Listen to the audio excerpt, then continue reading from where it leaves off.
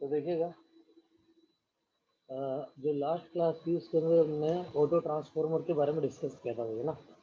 तो auto transformer के अंदर आपने क्या क्या चीज़ देखी थी। सबसे पहले तो आपको ध्यान रखना था कि इसमें एक फेज के लिए एक ही वाइंडिंग होती है, ठीक है। इसलिए इसे सिंगल वाइंडिंग ट्रांसफॉर्मर या वन वाइंडिंग ट्रांसफॉर्मर भी बोलते हैं, है ना। आपको ये ध्यान रखना। तो एक फेज के लिए एक वाइंडिंग होती है। तो अगर आपका सिंगल फेज ऑटो ट्रांसफॉर्मर है तो उसमें एक फेज होगा, दूसरा तार न्यूट्रल का होगा, और एक ही वाइंडिंग होगी एक फेज के लिए। अब वो फेज वाई हो सकता है, फेज बी हो सकता है, फेज आर हो सकता है ना, ठीक है। ये ध्यान रखिएगा, फेज एक ही होगा, दूसरा न्यूट्रल होगा। अगर ऑटो ट्रांसफॉर्मर थ्री फेज है तो हमने उसका डायग्राम ऐसा बनाया था, ठीक है। थ्री फेज में या तो स्टार कनेक्शन होता है या डेल्टा कनेक्शन होता है। तो अपने स्टार कनेक्शन का एक डायग्राम बनाया था ऑटो ट्रांसफॉर्मर के अंदर। तो एक फेज के लिए जैसे ये आर फेज है, तो ये आर फेज है, तो यही यही वाइंडिंग आर फेज के लिए यूज हो रही है। और यहीं से इसके प्राइमरी का तार, आर फेज का प्राइमरी, और प्राइमरी का ये आर फेज, सॉरी, और ये आर फेज का तार निकल रहा है किसमें, सेकेंडरी में।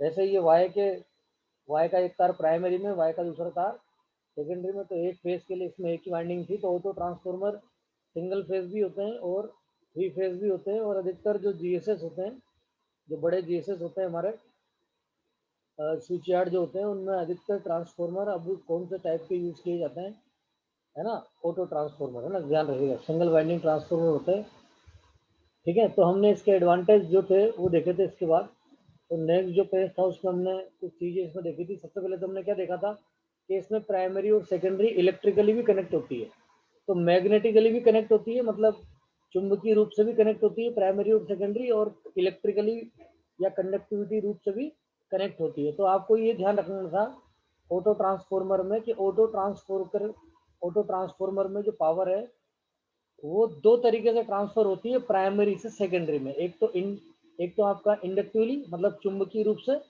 और दूसरा जो था वो कंडक्टिवली, मतलब करंट के द्वारा इलेक्ट्रिकली रूप से, है ना। ये ध्यान रखिएगा। तो आपको इसमें ध्यान रखना था कि इसमें दो तरीके से पावर जो है ट्रांसफर होती है, एक तो मैग्नेटिकली और दूसरा इलेक्ट्रिकली, है ना। ये आपको ध्यान रखना था। और कितनी होती है ये मैंने आपको लिखा दिया था कि अगर वो आपसे क्वेश्चन में कहे कि भाई टोटल पावर दे रखी है इनपुट पावर, और आपसे कहे कि बताओ ऑटो ट्रांसफॉर्मर के द्वारा इंडक्टिवली या चुंबकीय रूप से कितनी पावर ट्रांसफर होगी, तो इनपुट जो है मल्टीप्लाई कर देना वन माइनस के से। ये क्या है, वोल्टेज रेशियो, है ना, जो था हमारा E2/E1 या N2/N1। और अगर कंडक्टिविटी पूछे, मतलब चालकीय रूप से पूछे आपसे, तो आपको इनपुट पावर मल्टीप्लाई कर देनी है के से, है ना। ये ध्यान रखिएगा। और फिर इसके बाद में जो था अपन ने ये क्वेश्चन किया था। अब आगे चलिए, सेविंग ऑफ कॉपर, है ना। अब इसके कुछ एडवांटेज थे, जिसमें मेन एडवांटेज क्या था जो हमें ध्यान रखना था कि आपको पता था कि इसमें एक फेज के लिए एक ही वाइंडिंग यूज हो रही है। तो एक फेज के लिए एक ही वाइंडिंग इसमें अगर आप यूज कर रहे हैं तो इसमें आपको सीधा सीधा दिख रहा है कि भैया एक तार कम लगेगा, मतलब आपका बहुत, और मतलब कंडक्टर कम लगने वाला है। और कंडक्टर के रूप में किसका उपयोग करते हैं, कॉपर का, ठीक है ना। अब आपको मैंने इंपॉर्टेंट चीज आपको बताई थी जो आपको ध्यान रखनी थी, जो मैंने यहाँ लिख दी थी। एक तो ये रेशियो हमेशा ध्यान रखना है, ऊपर हमेशा ऑटो ट्रांसफॉर्मर लिखोगे, नीचे हमेशा टू वाइंडिंग। जिस भी राशि का आप तुलना कर रहे हो, और तुलना किससे करोगे, जिसमें एक फेज के लिए दो वाइंडिंग है, मतलब हमारा सामान्य ट्रांसफॉर्मर। किसकी तुलना कर रहे हैं, ऑटो ट्रांसफॉर्मर की। तो ऑटो हमेशा ऊपर रखना है, टू वाइंडिंग नीचे रखना है। और क्या ध्यान रखनी है कि जिन राशियों में कमी आती है उनमें तो ऑटो ट्रांसफॉर्मर बटा टू वाइंडिंग ट्रांसफॉर्मर का जो भी आप अनुपात लोगे वो आएगा वन माइनस के, ठीक है ना। और जिन राशियों में वृद्धि होगी उनके लिए यही अनुपात आएगा वन अपॉन वन माइनस के, है ना। बस इतना ही चीज आपको ध्यान रखनी थी। अब ये चीज ध्यान रखनी है कि किन राशियों में वृद्धि होती है, किन राशियों में कमी होती है। जैसे यहाँ था, अब कॉपर की बात करें तो आपको पता है कि भाई ऑटो ट्रांसफॉर्मर में एक फेज के लिए एक ही वाइंडिंग लगी तो कॉपर कम लगना है। तो जब आप ये रेशियो निकालोगे ऐसे, ऑटो ट्रांसफॉर्मर में कॉपर का भार बटा टू वाइंडिंग ट्रांसफॉर्मर में कॉपर का भार बराबर वन माइनस के। भाई इसमें कमी हो रही है ना, तो मैंने बता दिया जिन राशियों में कमी होगी उनमें जो अनुपात लिखोगे वो होगा वन माइनस के, जिनमें वृद्धि होगी उनमें वन अपॉन वन माइनस के, है ना। बस इतनी सी आप बात ध्यान रखना, ठीक है। तो फिर ये पूरा आपने निकाल लिया था। अब इसमें दो आपको चीजें ध्यान रखनी थी। अगर वो आपसे क्वेश्चन में कहेगा कि ऑटो ट्रांसफॉर्मर में कॉपर कितना लगेगा, कितना यूज होगा कॉपर, तब तो आपको ऐसे निकालना है 1 माइनस के को मल्टीप्लाई कर देना टू वाइंडिंग ट्रांसफॉर्मर में लगने वाले कॉपर के भार से, है ना। ये आपका फॉर्मूला था जो मैंने लिखाया था। और वो कहे कि कितना कॉपर बच रहा है, अभी हम सवाल करेंगे उसको देखना।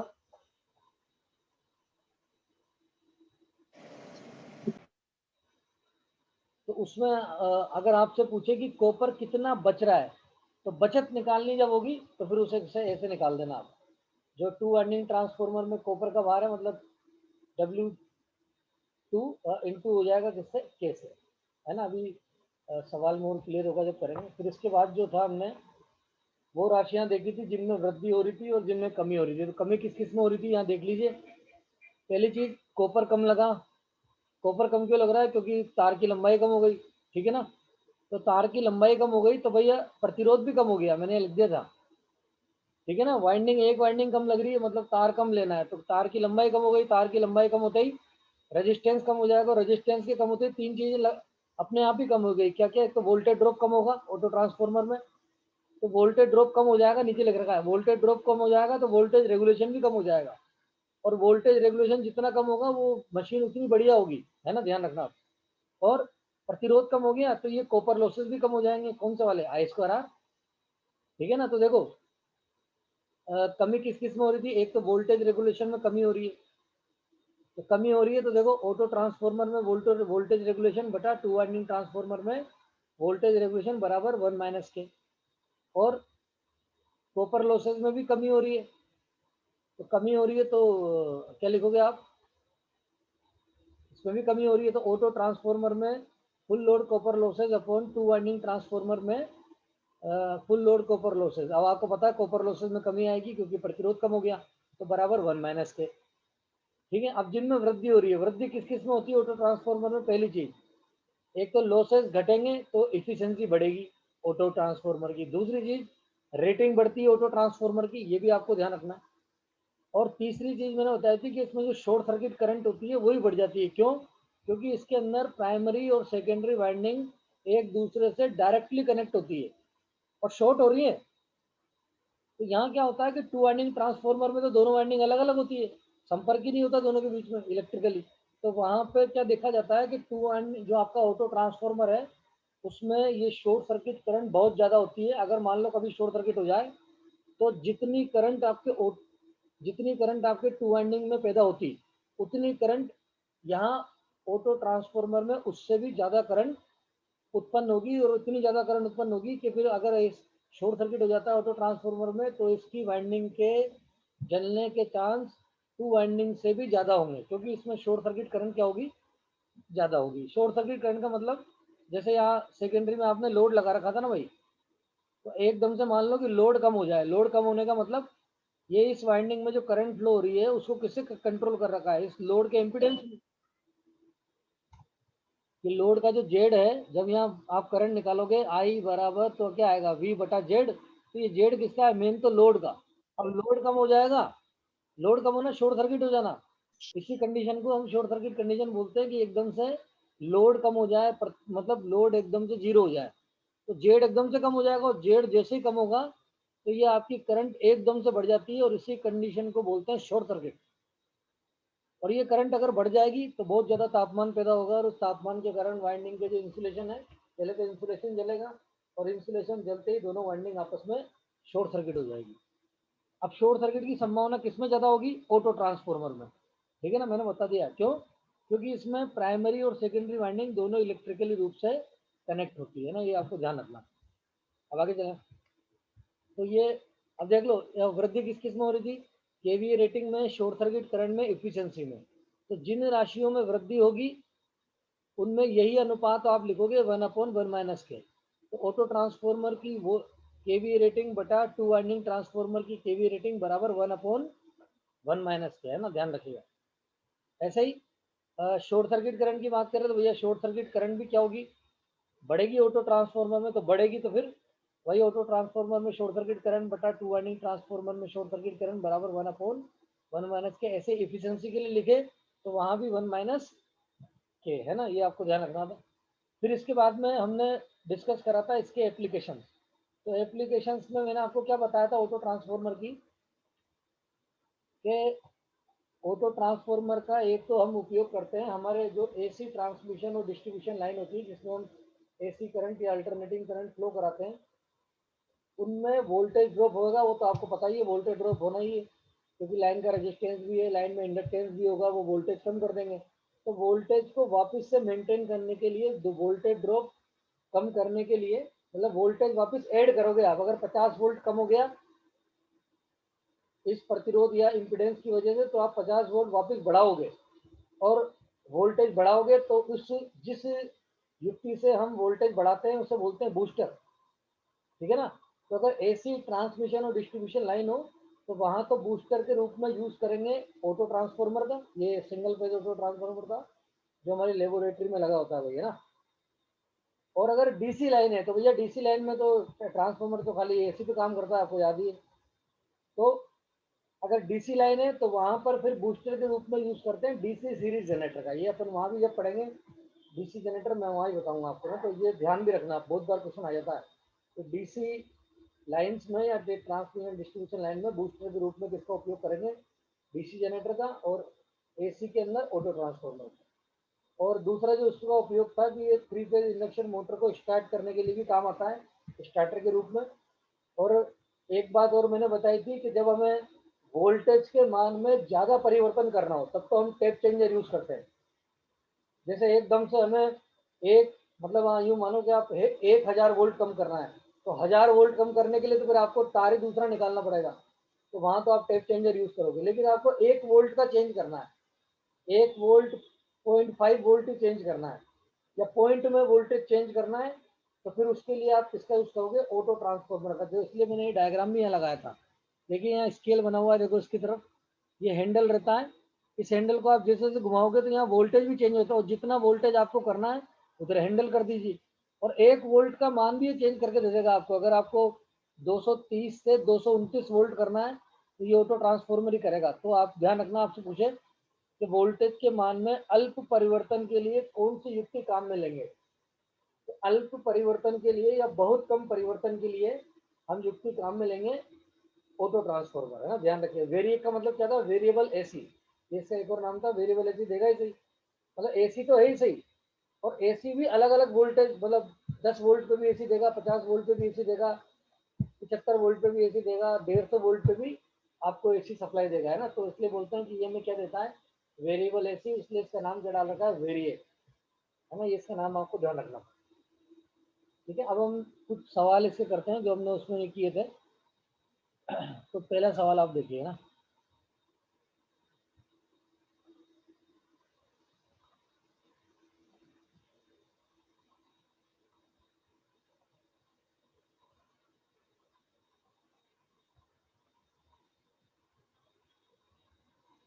जैसे एक ये सवाल था,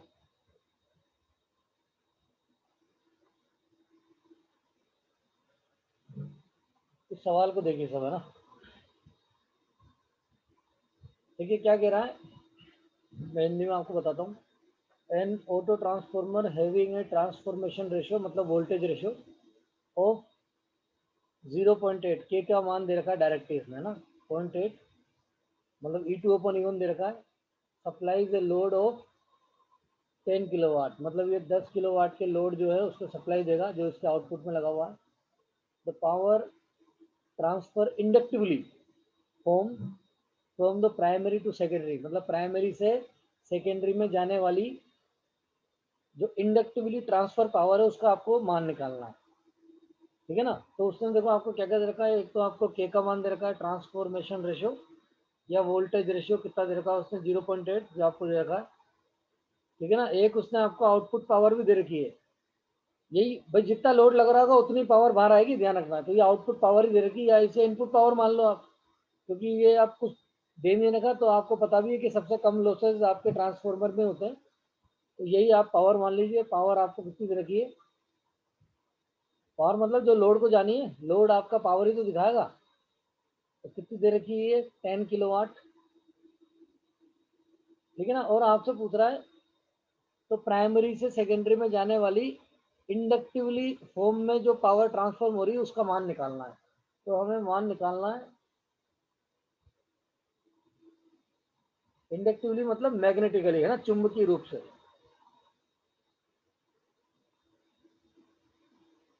ट्रांसफर पावर ये हमें निकाल ली है। ये तो मैंने आपको बताया दिया था, ये यहाँ था, ये देखिए, ये रहा।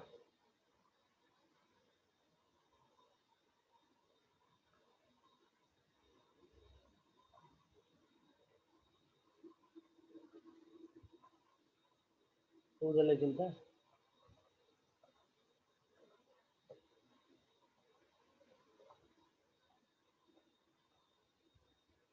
यही है वही फॉर्मूला, यही था, अभी मैंने लिखा था आपको। Inductively transfer power, inductively transfer power, अगर इनपुट पावर केवीए में, या आपको जो पावर है वो केवीए में दे रखी है, तो फिर ट्रांसफर पावर भी केवीए में आएगी। अगर उसने जो पावर है ये किलोवाट में दे रखी है, तो फिर आउटपुट पावर, ये इंडक्टिवली ट्रांसफर पावर भी किलोवाट में आएगी। अभी उसने हमें सॉरी केवीए में दे रखी है, तो केवीए में प्राप्त होगी। इनपुट पावर या पावर आपकी किलोवाट में है, तो फिर ये भी किलोवाट में आएगी, है ना। तो लिख दीजिए, डायरेक्ट निकाल लीजिए, जो भी आपकी पावर दे रखी है। अब इसमें भले आउटपुट की दे रखी है, हम इसको लगभग इनपुट की मान लेंगे ना, ध्यान रखना। तो आप इसमें क्या लिखोगे, इस सवाल के अंदर जो भी आपकी पावर है, तो पावर जो है मल्टीप्लाई करते हैं किससे, 1 - k से। तो आप मान निकाल लीजिए पावर कितनी दे रखी है, 10, और आंसर भी सब किलोवाट में ही है, तो आप इसको चेंज भी मत कीजिए। तो 10 इंटू 1 - k का मान कितना है, 0.8। तो आप इसे पूरा सोल्व कर लेंगे, 0.2 आएगा, मतलब ये आएगा 2 किलोवाट। तो आपका इसमें आंसर होगा कौन सा, सी।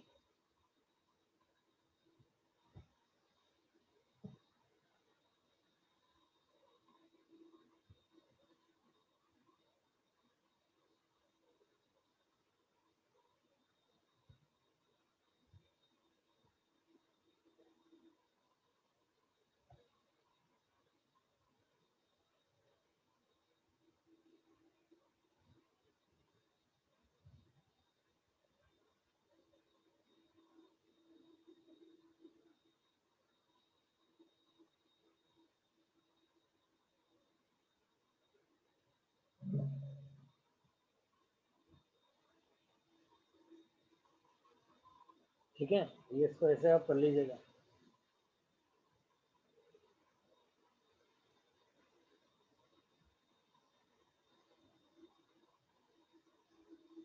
है ना। और एक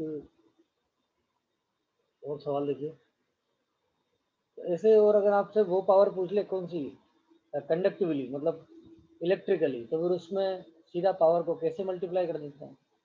तो आपको दिख ही रहा है भाई, ये अगर 2 किलोवाट इंडक्टिवली ट्रांसफर हो रही है, तो फिर कितनी बची, 10 में से 2 घटाओगे तो 8 किलोवाट कैसे जाएगी, इलेक्ट्रिकली। 2 किलोवाट तो मैग्नेटिकली चली गई, तो बची कितनी फिर 10 में से। तो इसका मतलब ये जो 10 किलोवाट का जो लोड है, 10 किलोवाट जो आपको पावर देनी है, उसमें से 2 किलोवाट तो मैग्नेटिक फ्लक्स लेके जा रहा है, मतलब इंडक्टिवली जा रही है। और 8 किलोवाट जो पावर है वो इलेक्ट्रिकली जाएगी, वो आपकी करंट लेके जाएगी।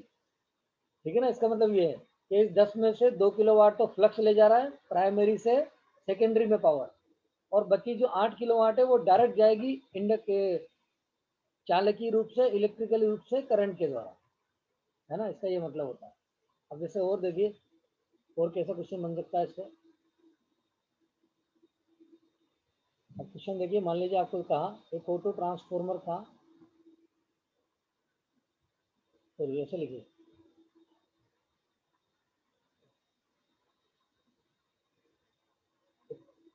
सामान्य ट्रांसफॉर्मर में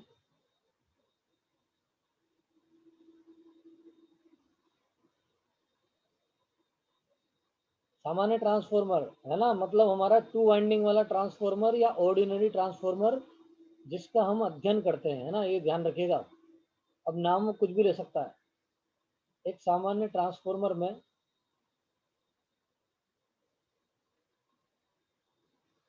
जिसका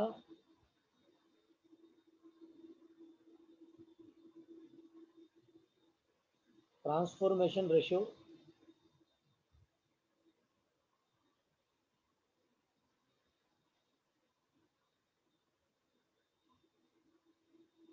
ट्रांसफॉर्मेशन रेशो या फिर क्या बोले विभव अनुपात, वोल्टेज रेशो।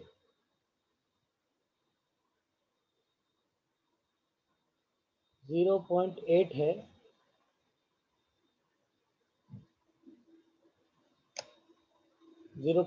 है, मैं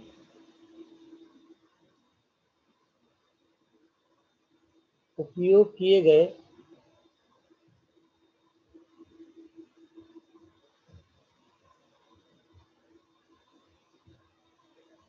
कॉपर का भार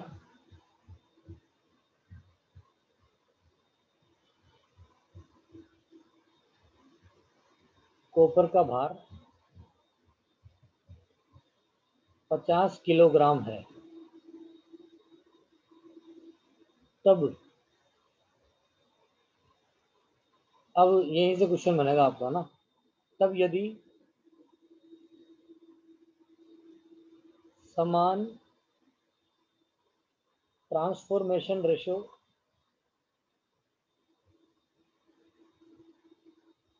समान ट्रांसफॉर्मेशन रेशो तथा मतलब रूपांतरण गुणांक तथा है ना, समान ट्रांसफॉर्मेशन रेशो तथा रेटिंग के लिए केवी रेटिंग भी सेम होनी चाहिए। 100 किलोवाट का अगर 100 केवीए का अगर ये 2 वाइंडिंग वाला ट्रांसफॉर्मर है तो फिर 100 केवी का ही हमारा ऑटो ट्रांसफॉर्मर होगा। समान ट्रांसफॉर्मर रेशो और समान केवी रेटिंग के लिए ऑटो ट्रांसफॉर्मर का निर्माण किया जाए।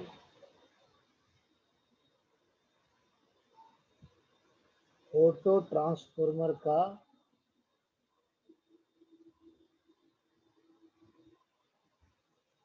निर्माण किया जाए तब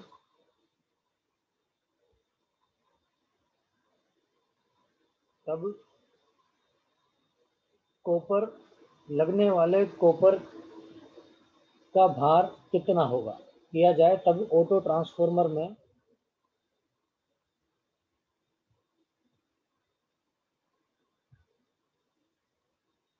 लगने वाले कॉपर या तांबे का भार कितना होगा।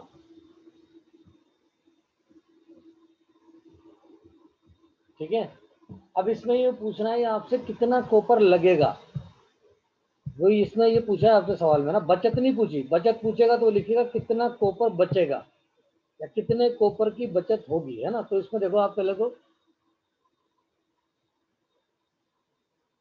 एक तो उसने आपको क्या क्या दे रखा है, एक तो आपको वो हमेशा ये तो देगा ही सही, ट्रांसफॉर्मेशन रेशो देगा, और नहीं देगा तो फिर दोनों वोल्टेज देगा आपको, है ना। प्राइमरी का वोल्टेज भी देगा, सेकेंडरी का वोल्टेज भी देगा, तो उससे आप के का मान निकाल लोगे E2 बटा E1 करके। अभी ये सवाल में आपको डायरेक्ट के का मान दे दिया, और के का मान नहीं देता तो फिर हम इस सूत्र से निकालते E2 अपॉन E1 से। तो फिर हमें वो कुछ मान लिख के देता, जैसे वो हमें देता वही 200/400, तो फिर हम 200 में ये E2 में भाग लगा देते E1 का। ऐसा आपको वहाँ निकाल लेना है अगर वो नहीं देता है तो, ना। तो ये हमें उसने डायरेक्ट ही दे रखा है, कितना दे रखा है 0.8, जो हमारा ट्रांसफॉर्मेशन रेशियो है। ठीक है, तो क्या कह रहा है, एक सामान्य ट्रांसफॉर्मर में जिसका ट्रांसफॉर्मेशन रेशियो 0.8 है, में उपयोग किए गए कॉपर का भार दे रखा है, जो 2 वाइंडिंग ट्रांसफॉर्मर में लगने वाले कॉपर का भार दे रखा है हमें 50 किलोग्राम दे रखा है, 50 किलोग्राम। तब यदि समान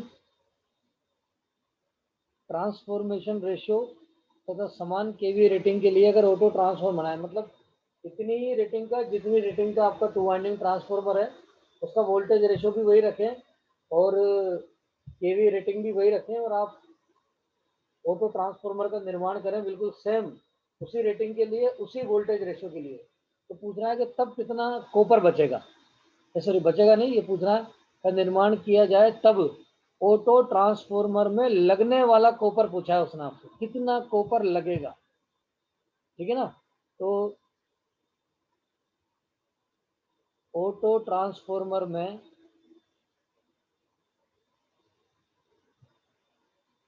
लगने वाला कॉपर,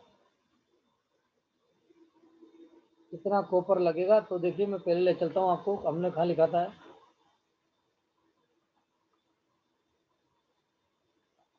ये रहा देखिए, ऑटो ट्रांसफॉर्मर में कॉपर का भार, मतलब कितना कॉपर लगेगा, तो कितना लगेगा, जो 2 वाइंडिंग में जो कॉपर का भार है उसे गुणा कर दो 1 माइनस के से, ठीक है ना। और वैसे भी ये अनुपात है ही सही, ऑटो ट्रांसफॉर्मर में कॉपर का भार बटा 2 वाइंडिंग ट्रांसफॉर्मर में कॉपर का भार बराबर 1 माइनस के। तो 2 वाइंडिंग में जितना कॉपर लगा हुआ है उसको गुणा कर दो किससे, 1 माइनस के से, तो आपके पास आएगा, तो फिर आप इसमें लिखोगे 1 माइनस के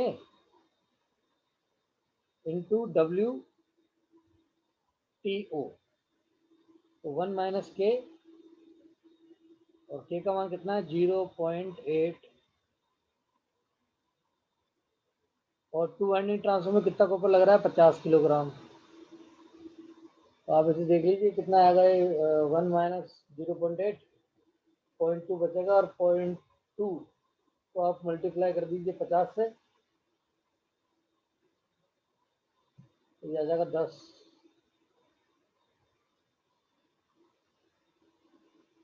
दोनों के पास 10 किलोग्राम।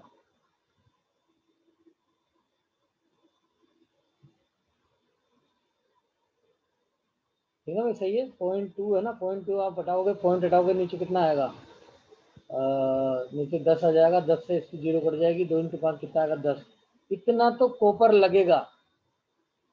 ठीक है, अगर वो सवाल में कहता ना कितना कॉपर बचेगा, ध्यान रखना, तो मैं यहाँ आप निकाल भी लेते हैं, अगर मान लो इसी सवाल में आपसे कहता कितना कॉपर बचेगा, तो फिर क्या होता, तो यहीं से दिख रहा है भाई, अगर 2 वाइंडिंग ट्रांसफार्मर था उसमें 50 किलोग्राम लग रहा था, तो ऑटो में कितना लगा 10, तो बचत कितनी हुई 40 की।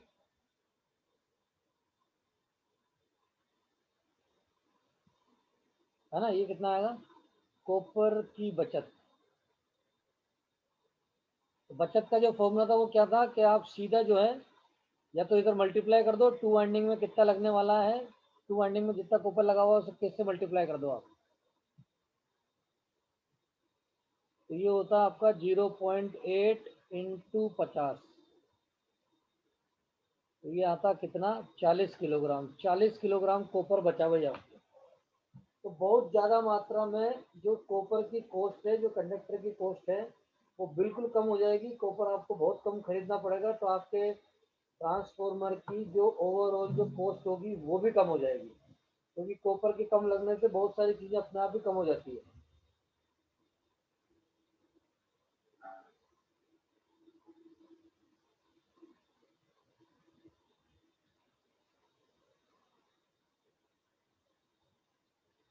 ठीक है, एक सवाल इस तरह का आता है, अब ऐसे कई सवाल बन सकते हैं, मान लो के का मान नहीं देता तो के का मान आप निकाल लेते हैं। ध्यान रखना क्वेश्चन में पूछा क्या है, उसमें आपसे कितना कॉपर लगेगा ये पूछा है, या फिर बचत पूछी है, बचत पूछी है तो ये लगाना है, क्योंकि कंफ्यूज हो जाते हैं वैसा सवाल आता है ना। तो बचत आएगी तो कैसे गुणा करना, कितना लगेगा तो के 1 माइनस कैसे मल्टीप्लाई करना, है ना। एक तरीके का और क्वेश्चन आता है इसमें, वो मैं आपको कराता हूँ, कार लीजिए इसे,